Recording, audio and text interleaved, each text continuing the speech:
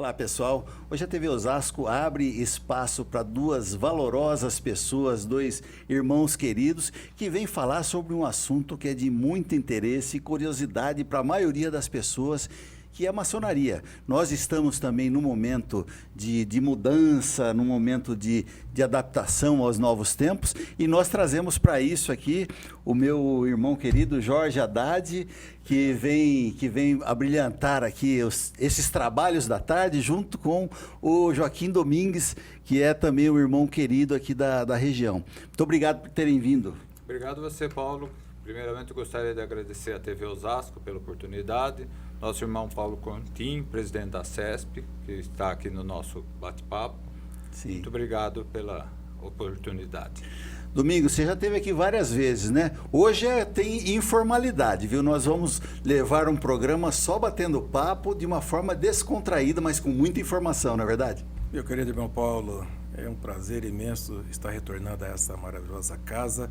Já não estou debutando, já estive aqui algumas vezes e um prazer inimaginável. Inimaginável. Opa, aí sim, nós combinamos isso, só pra gente falar que nós estamos todos unidos e irmanados aí numa nova missão, não é verdade, Domingos? É uma missão de grande responsabilidade, é um compromisso que eu e o irmão Jorge Haddad estamos assumindo, e com certeza nós teremos muito trabalho pela frente, mas eu digo sempre que é um trabalho muito prazeroso e que vai nos dar muita satisfação e fazer a diferença na vida dos nossos irmãos no futuro.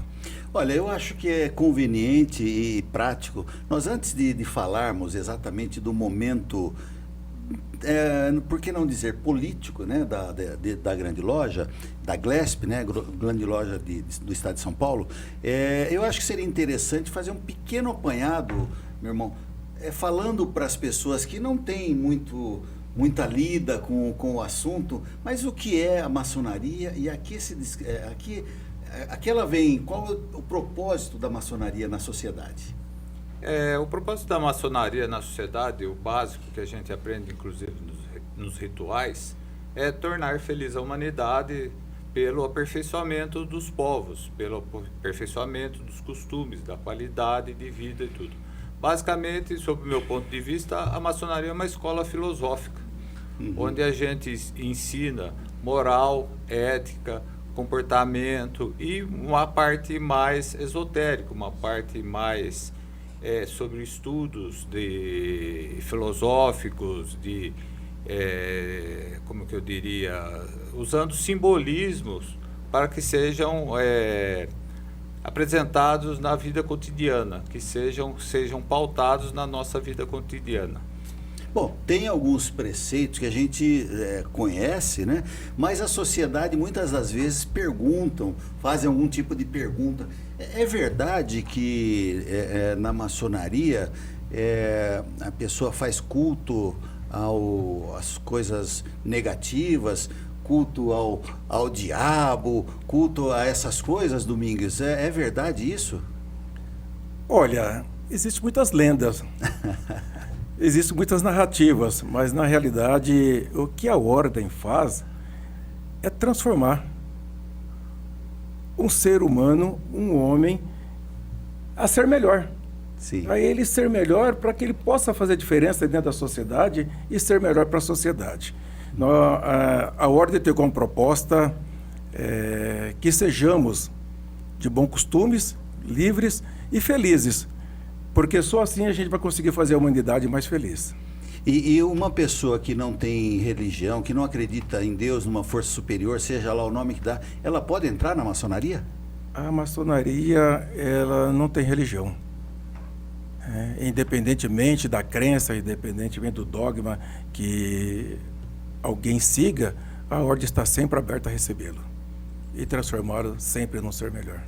Existe um princípio primordial na maçonaria, onde nós, para pertencermos à maçonaria, nós temos que acreditar em um Deus, que comumente, que todos já é bastante divulgado, que chamamos de grande arquiteto do universo. Essa condição é primordial porque é o que nos norteia durante a nossa vida. E assim, na história nós temos, além de vai surgindo aí, conforme vai rolar o programa, algumas dúvidas, mas na nossa história nós sempre tivemos incursões da maçonaria nesse aperfeiçoamento da sociedade. Ela sempre esteve próximo dos principais movimentos políticos do mundo, não, Haddad? Como nós temos por hábito e até por ensinamentos, formar o comportamento humano, formar a ética, formar a personalidade do homem em si, é lógico que esses homens, partindo de sua evolução, eles comecem a participar mais da vida ativa de uma sociedade. Então eles vão se tornando melhores empresários, eles vão se tornando políticos, mas um político de melhor qualidade, um político mais atuante e mais voltado à sociedade em si. Isso é normal pelo próprio ensinamento que a maçonaria nos passa. Muito bom.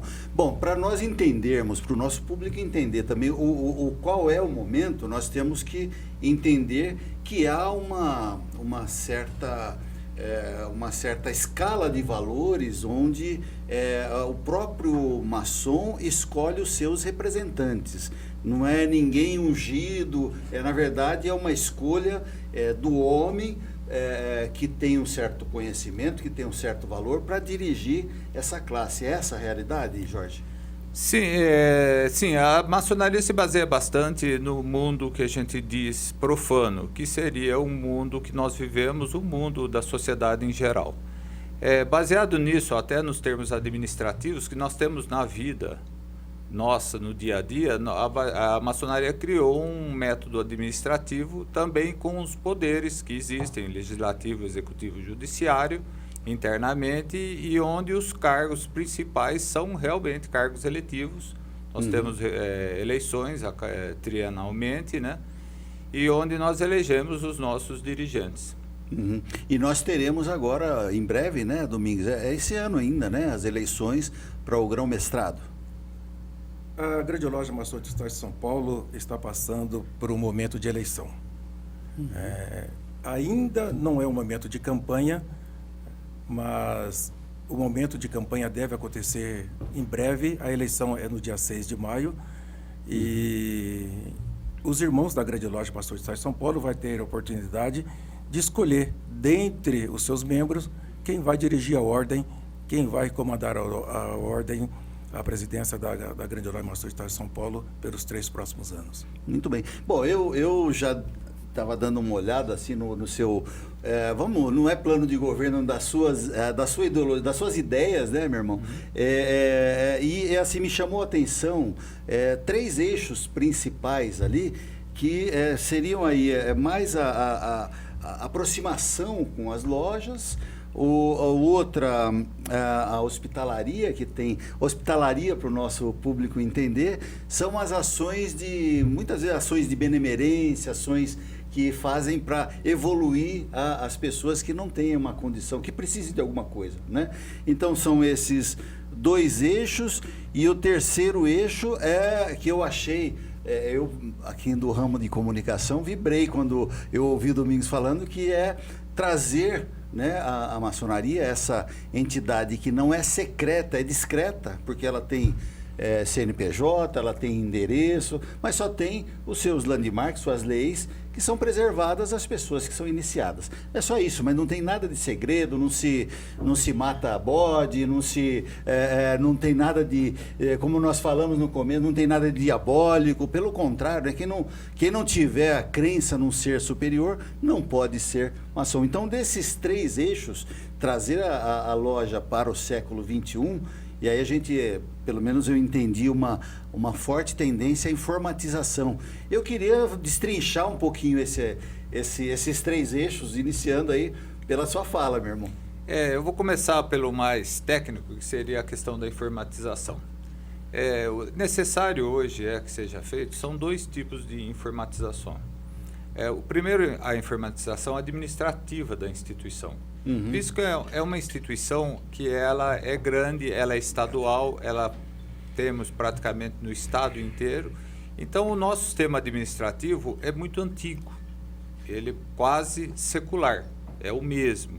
Então, até por dinamismo hoje, por uma questão de tempo, de afazeres, é extremamente necessário que a gente dinamize o andamento da nossa documentação internamente, informatizando protocolos que às vezes a documentação necessário viajar 600 e poucos quilômetros. Presidente Prudente, eu cito um exemplo, para fazer um protocolo fazer físico. um protocolo físico. Hoje nós temos já um dinamismo muito grande no nosso mundo profano, novamente citando o termo, de que você consegue protocolar via internet, via digital, né? A própria informação da documentação via digital. E essa ideia nós precisamos implantar para maior dinamismo realmente da instituição. E a segunda parte da informatização é a informação da nossa ritualística, não em si a ritualística, mas de trabalhos, de palestras, workshops que nós poderíamos fazer, visando realmente também essa economia do deslocamento das pessoas. Lógico, a base nossa é a reunião presencial. Ela é importante, ela nos gera energia, a presença dos irmãos, o conjunto dos irmãos discutindo em loja, sim. Mas muitas das vezes, até para um maior aprendizado, e hoje nós estamos aí nas videoconferências, já é uma coisa, até em função da pandemia, isso aumentou muito. Nós já falávamos há 3 anos atrás que a ideia era essa. Hoje já não é nada novo, mas precisa ser implantado também na instituição. Essas reuniões virtuais foram uma realidade durante a pandemia. Realmente, as reuniões virtuais que as lojas fizeram quase que salvaram a instituição, porque elas, de uma maneira ou de outra, serviram para nós continuarmos nossos trabalhos e também, infelizmente, virtualmente, unirmos os irmãos. Sim. Eu acho que elas foram muito válidas e necessárias, principalmente. Eu queria ouvir o Domingos, porque o Domingos é entusiasta. Quando fala de melhorar, trazer para o século XXI, eu vi os olhinhos do Domingos brilhando. Queria que você comentasse também sobre essa possibilidade, que só para também o entendimento do nosso público, né? Na hierarquia seria o presidente, o vice-presidente ou o grão-mestre adjunto, se numa eventual chapa, né, ou se homologar, enfim, mas vocês estão juntos, né, no mesmo ideal, é isso, Domingos? Nós estamos juntos, bastante comprometidos com a causa. Trazendo para o mundo profano, o Jorge seria o presidente e eu seria o vice-presidente. Entendi. Quando você fala trazer a maçonaria para o século XXI, a maçonaria no mundo inteiro está envelhecendo. O jovem que hoje chega, que adentra a ordem, ele quer um plus, ele quer um algo a mais, ele quer que tudo caminhe dentro do seu tempo. Hoje, o tempo do jovem não é o tempo do idoso mais. E trazer a maçonaria para o século XXI é fazer com que essas pessoas jovens que hoje chegam para a ordem, eles se encontrem, ele consiga realmente se enxergar e ter um pertencimento, ele pertencer realmente a algo que ele se propôs a pertencer. Então, nós temos como proposta fazer com que a grande loja Maçons do Estado de São Paulo venha para o século XXI, que ela seja totalmente informatizada, conforme o nosso irmão Jorge disse, mas não é só informatizar a grande loja. Hoje o mundo está carente de comunicação. Sim. As pessoas se falam muito pouco, as pessoas precisam se falarem mais, as pessoas precisam se comunicarem mais. Porque é através da comunicação que a gente chega em qualquer entendimento, que a gente busca soluções para todos os problemas. Então, meus olhos brilham realmente quando se fala em trazer a grande loja para o século XXI. E um segundo eixo que eu vejo de não menos importante é a aproximação com as lojas. Tem muitas lojas na capital, no estado de São Paulo, mas muitas no interior. É possível, Haddad, você visitar, como é que vai ser a sua estratégia de visitar todas as lojas do estado de São Paulo? Na nossa visão, o grão-mestre em si, ele tem um cargo realmente para fazer essa visitação, ele é extremamente necessário que se promova essa união entre os irmãos em todo o estado de São Paulo. Ele deve até fugir um pouco das funções administrativas internas, Sim. delegando todas essas funções aos cargos que ele mesmo nomeia, delegando essas Perfeito. funções, inclusive aos outros membros da chapa. Nós temos que ter um grande, bom orador, nós temos que ter um bom tesoureiro para que ele realmente consiga administrar a Glesp de uma maneira mais autônoma. A ideia da nossa descentralização do poder em si é primordial para que uma instituição, assim como o mundo, as nossas empresas, elas andam a ideia de delegar funções e que elas sejam cumpridas, gerando essa centralização do grão-mestre para que ele tenha a oportunidade disso. A presença do grão-mestre em loja, ela realmente gera uma união muito grande entre os irmãos. Muito certo. Daria para a gente, vamos dizer, trazer para a nossa sociedade, para o mundo profano, daria para a gente fazer uma analogia do grão-mestre executivo, o vice-presidente, o adjunto, mais nos legislativos, seria uma coisa mais ou menos parecida? Exatamente. O sistema administrativo da Glesp, ele é baseado exatamente no nosso mundo profano. Ele é composto de poder executivo, legislativo e judiciário. O poder executivo ele é exercido pelo grão-mestre. O legislativo, muitos irmãos não sabem, mas ele é exercido pelo grão-mestre adjunto. E nós temos também o tribunal maçônico, que ele é o poder judiciário. Essa definição dos três poderes e que eles exerçam as suas funções, principalmente nas assembleias, o poder legislativo ele é feito para que se façam as leis, sejam discutidas, principalmente em assembleia, para depois votadas e passadas ao executivo, que tem esse poder de veto. Isso consta na nossa Constituição. E o judiciário que faria toda a parte legal. Hoje em dia nós temos falado uma questão que nós temos problemas no país onde o judiciário interfere no executivo. Infelizmente hoje nós temos uma questão dentro da maçonaria onde o executivo tem interferido no judiciário e mais, o legislativo inexiste. Imagine um país sendo administrado sem uma Assembleia Legislativa.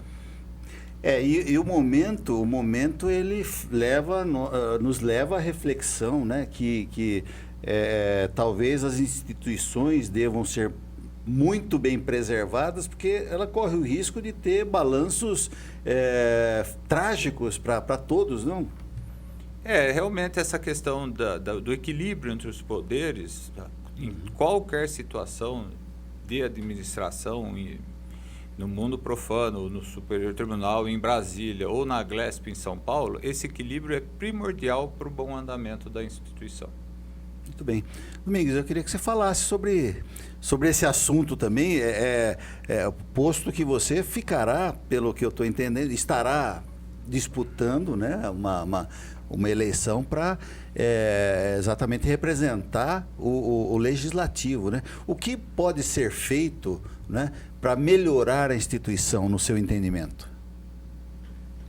É uma pergunta capciosa e bastante comprometedora. Sim, essa é a ideia, viu? Essa é a ideia, é comprometer mesmo, né? Sim. O irmão Jorge, ele explicou muito bem a questão do legislativo, né? Não dá para trabalhar sem um direcionamento, não dá para trabalhar sem você ter conhecimento pleno do caminho que você deve seguir e quais os parâmetros legais que você deve obedecer. Então, o grão-mestre adjunto, ele tem como função fazer com que as leis da grande loja sejam fielmente cumpridas. Nós temos uma Constituição, nós temos um regulamento geral e a maçonaria em si, a maçonaria primitiva, ela tem que estar pautada exatamente em cima da Constituição, em cima dos regulamentos, né? que a grande loja tem isso já muito bem definido. E a função primordial é fazer com que isso seja fiel cumprido. O cumprimento tem que ser de acordo com os rigores e os ditames da Constituição. Ah, muito bem. Bom, eu quero só fazer uma pequena observação para as pessoas que estão nos assistindo, que não são propriamente do meio. Nós falamos de executivo, legislativo, tribunal superior, mas isso é interno e a maçonaria deve respeito e está sobre as leis do país de onde ela está. Ela é mundial, né, uma ordem mundial. Queria que seu irmão falasse sobre realmente, isso. Né? A Constituição do país sempre estará acima da Constituição, de qualquer regulamento interno, de qualquer instituição. O órgão máximo do país em si a ser respeitado é a Constituição Federativa. Muito bem. Bom, tem um terceiro eixo que me chama muita atenção, que é a questão de hospitalaria. Eu sei que o Domingues tem uma atuação firme, né? Uma atuação firme aí na hospitalaria, com algumas obras. Explica para nós um pouquinho, para o nosso telespectador, Domingues, o que é a hospitalaria, o que ela representa dentro da maçonaria. Meu querido irmão Paulo, obrigado pela pergunta. Nós falamos que, na realidade, nós temos como proposta uma lista imensa de propostas. E nós vamos trabalhar com uma dúzia dessas propostas, mas dessa uma dúzia de propostas, a gente quer tirar 3 pilares. E o terceiro pilar é exatamente através da hospitalaria. A hospitalaria, apesar de que alguns irmãos aduzem de que a ordem ela tem que seguir os parâmetros legais da ordem e que a hospitalaria não é o papel primordial da maçonaria. Mas, na realidade, eu digo sempre, a maçonaria ela tem como pilar principal fazer com que as pessoas menos assistidas possam ser assistidas. Né? E esse terceiro pilar vai fazer com que, através da nossa gestão, da nossa administração, a gente consiga fazer com que os irmãos da família maçônica seja melhor vista e melhor assistida dentro das suas necessidades que porventura houver. E a gente sabe que o problema está presente, principalmente nesse momento difícil que nós estamos passando de pandemia, nesse momento muito difícil que o mundo está passando, que está faltando paz. A hospitalaria ela vem de encontro com essas reais necessidades em que realmente o mundo vem passando nos dias de hoje, para que possa atender às reais necessidades dos irmãos da família maçônica dentro da nossa instituição.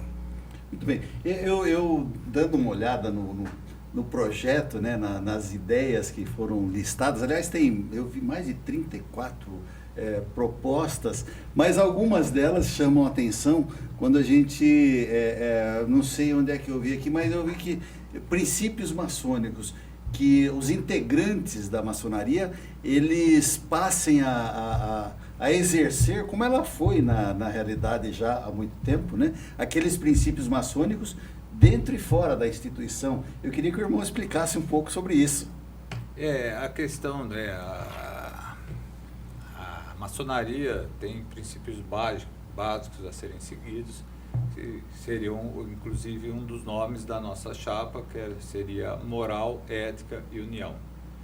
Essa questão dos princípios básicos também é uma questão onde o comportamento do irmão, ele entra como um aprendiz, é uma pessoa, assim, vamos dizer, bastante humilde, ele está ali para aprender maçonaria e aprender comportamento, aprender filosofia. E com o passar dos anos na instituição, e normalmente a maioria dos irmãos vão aumentando o cargo em si, qualquer coisa assim do tipo, não deve, a gente acredita que essa humildade que ele tem quando ele entra, principalmente quando ele é convidado, ela deve se permanecer até o mais alto grau. Então a gente preza que exista o padrão de moral, ética e comportamento desde o aprendiz. A nossa ideia é aplicar isso desde o aprendiz até o grão-mestre. Inclusive, dar subsídios para que ele tenha, para capacitar os irmãos mesmo, para às vezes, muitas das vezes se perde, aí vou exemplificar, no imposto de renda pode destinar parte para alguma instituição e o irmão não tendo conhecimento nem sabe. Isso pode fortalecer as ações. O irmão está falando ainda da benemerência em si. Benemerência, sim. A questão da benemerência, nós, quando da montagem da chapa, nós vimos a grande necessidade do momento que a gente existia. Nós temos uma parte interna da maçonaria que é exercida pelo grande hospitaleiro, que é um irmão voltado com foco à beneficência.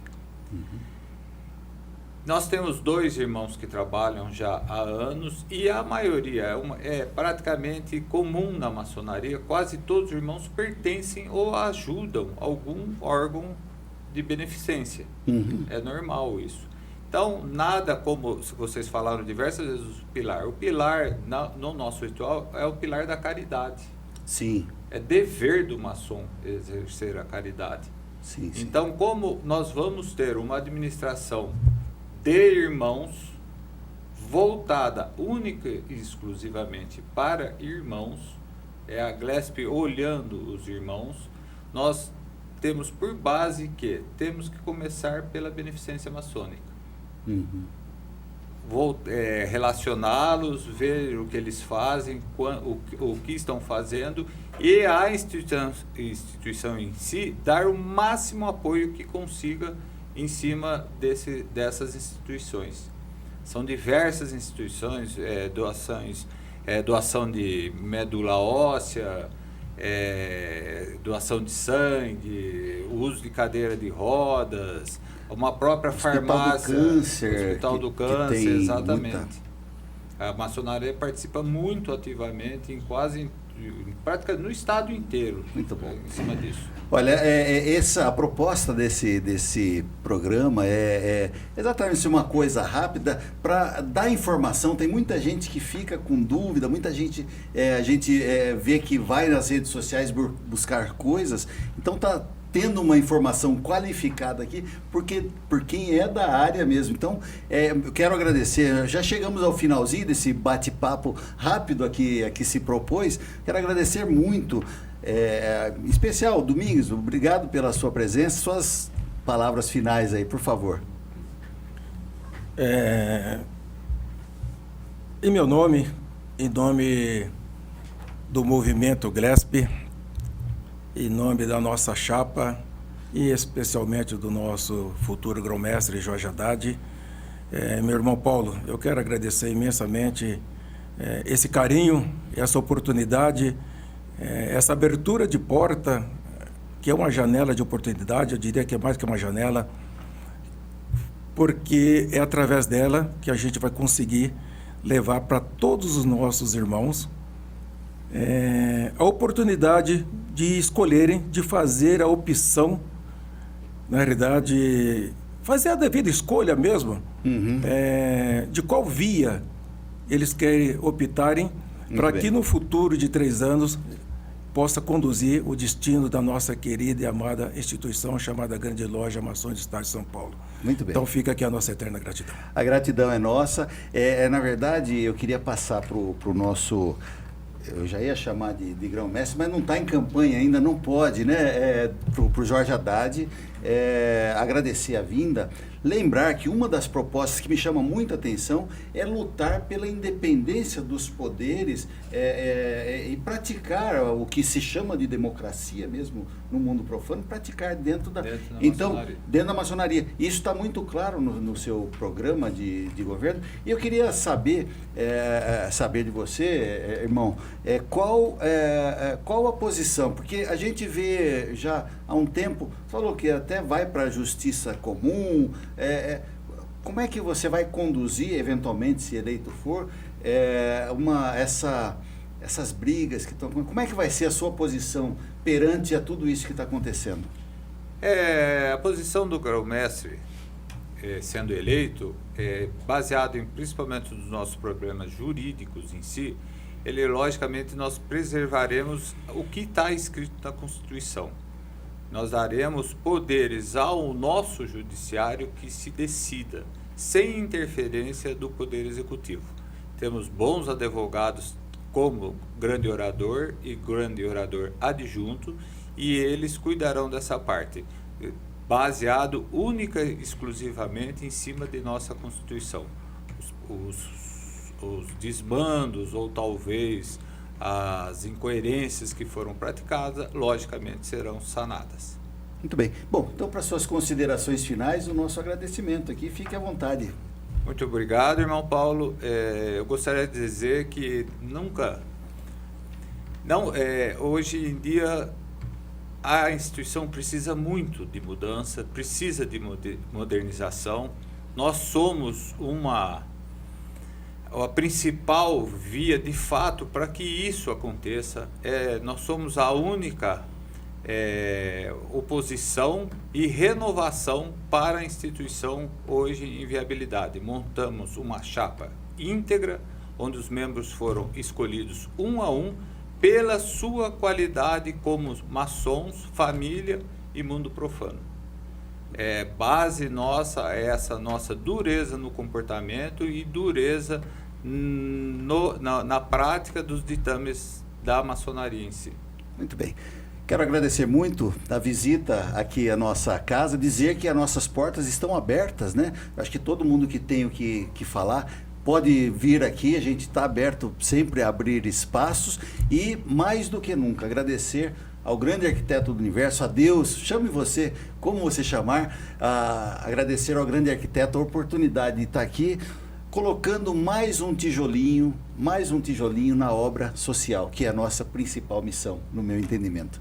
Fiquem com Deus, um agradecimento especial à Com Brasil, que está retransmitindo a todo o Brasil, e à CESP em todo o estado de São Paulo. Fiquem com Deus, a TV Osasco agradece a sua audiência. Tchau, tchau, gente. Muito obrigado.